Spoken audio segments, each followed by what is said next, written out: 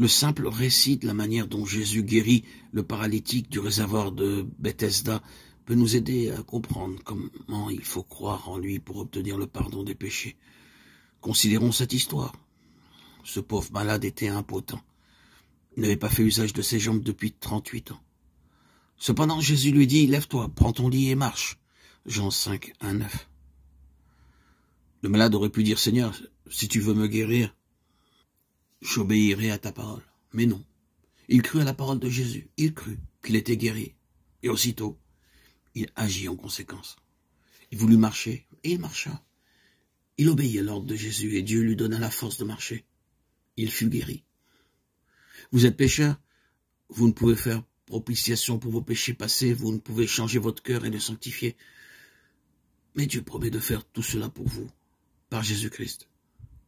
Vous croyez cette promesse, vous confessez vos péchés et vous vous donnez à Dieu, vous voulez le servir. Tout aussi certainement que vous faites cela, Dieu accomplira sa parole à votre égard. Si vous croyez à la promesse que vos péchés sont pardonnés et que vous êtes purifiés, Dieu transforme votre foi en réalité. Vous êtes guéri, tout aussi certainement que le paralytique auquel Jésus a donné la force de marcher dès qu'il crut à sa guérison. La chose est, dès que vous croyez.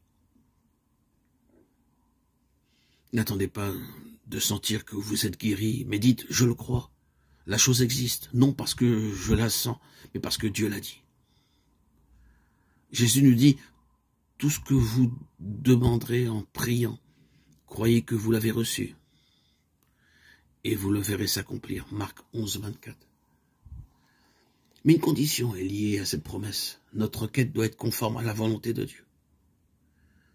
Or, c'est la volonté de Dieu de nous purifier de tout péché, de faire de nous ses enfants, de nous permettre de vivre sainement, saintement. Nous pouvons donc demander ses grâces, croire que nous les recevons et remercier Dieu de nous les avoir accordées. Il ne tient qu'à nous d'aller à Jésus pour être purifiés, pour subsister devant sa loi, sans confusion ni remords. Il n'y a donc maintenant aucune condamnation pour ceux qui sont en Jésus-Christ. Romains 8, 1.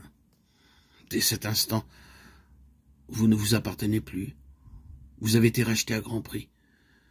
Ce n'est pas par des choses périssables, par de l'argent ou de l'or que vous avez été rachetés, mais par le sang précieux de Christ, comme d'un agneau sans défaut et sans tache.